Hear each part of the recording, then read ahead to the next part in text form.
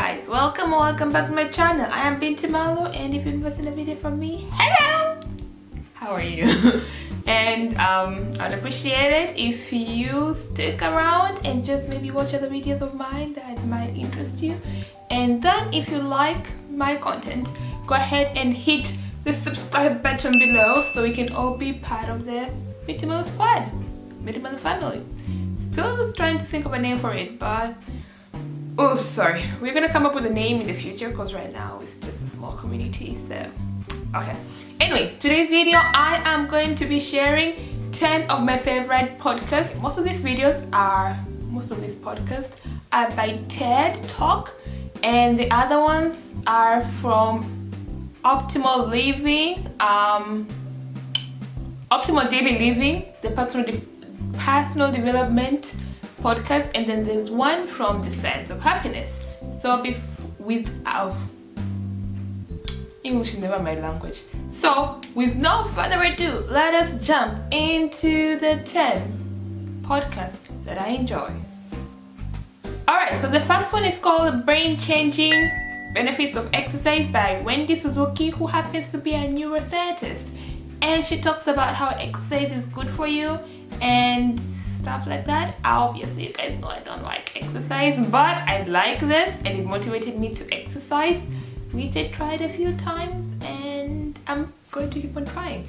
Anyway, so some of the things she says are the benefits of exercise is that it is good for your brain, it is good for your focus, it's going to help you against brain disease, and it's good for your attention. So those are just some of the things that are good for your brain due to exercise, and you should go ahead and listen to that podcast because it is amazing. Alright, well, all these podcasts I'm going to mention are amazing. That's why they're on my top 10 list as of now. Alright, the next one is also by TED, and it's by TED. So it's titled To Solve the World's Biggest Problem, Invest in Women and Girls. This one is by Musimbu Kanyoro, and I believe she is from Kenya. And guys, just by the topic of that podcast, you already know she's a wise lady. Like, you have to invest in women and girls to progress, to solve the world, or to save the world. So in the podcast, or in her talk, she mentions a term called isirika. I love it. I think I'm gonna have it written somewhere. I like writing stuff. I'm a very visual person, so I'm gonna have somewhere written isirika. And I'm just thinking about it. I have to note that down. Anyway, so I'm gonna read for you what isirika means, because I don't have it memorized. I don't know how to memorized. So isirika is a pragmatic way of life that embraces the mutual responsibility to care for one another. Something she sees women practicing all over the world. Women think of others first before caring for their own needs. So in the podcast, in her talk, I'm just gonna say podcast, but you guys know what I'm talking about. It's a really TED talk that they took to a podcast. Get the point? Okay, so in the podcast, she talks about how there was a survey that was carried out in a village, and in the survey they would go and ask the members of that particular village, like, what do they think the village needed. Now, for the men of the community, they would say they need like a playground. They need something where the boys in the community can go and do something and have fun. While the women in the community will say they need something like better ways for them to easily give birth, or just a well so that they can get clean water. So for the women, they will think wholly like something that benefits every person in the community. Well, for the men in that particular scenario, would only want to get something that will benefit only a certain people in the community. And that's why she says isirika is something that is practiced in most cultures, and you guys should listen to the podcast. Okay, so the next one is also from the TED podcast, and it's The Gift and Power of Emotional Courage. It is by Susan David, and there's a term she uses as emotional agility, and I'm gonna have to read it because again I don't have it memorized. And she refers it to emotional agility is allowing ourselves to really feel our negative emotions like sadness and anger instead of pushing aside those feelings. negative feelings should be addressed, not pushed away.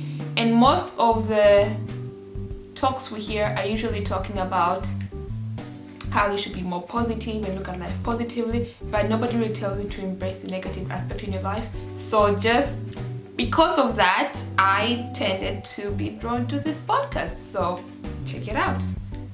Okay, this video is getting too long. I'm just gonna go ahead and just mention the podcast. Okay, the next one is Want to Change the World? Start by being brave enough to care. And it is by Cleo Wade. Okay, so Cleo Wade has also written a book. It's called Heart Talk. Let me grab it because I have the book, and then when they said that, I was like, let me get it.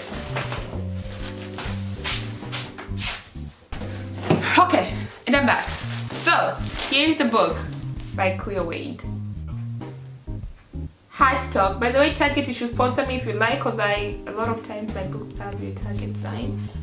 So hit a girl up. Anyway, so basically she writes a poem to a newborn, and trying to, the kid was very little, and just taking him through the experience of life and what they're going to experience and how they should love everybody and just care for humanity. And it was a great poem, and the way she interpreted it was even better. So just go ahead and listen for yourself and make up your own mind. The next one is, I'm just gonna read this again because it's too long. What Makes a Good Life? Lessons from the Longest Study of Happiness by Robert Waldinger, and it is also at TED Talk. So basically the research has been tracking 724 men for 75 years on adult development.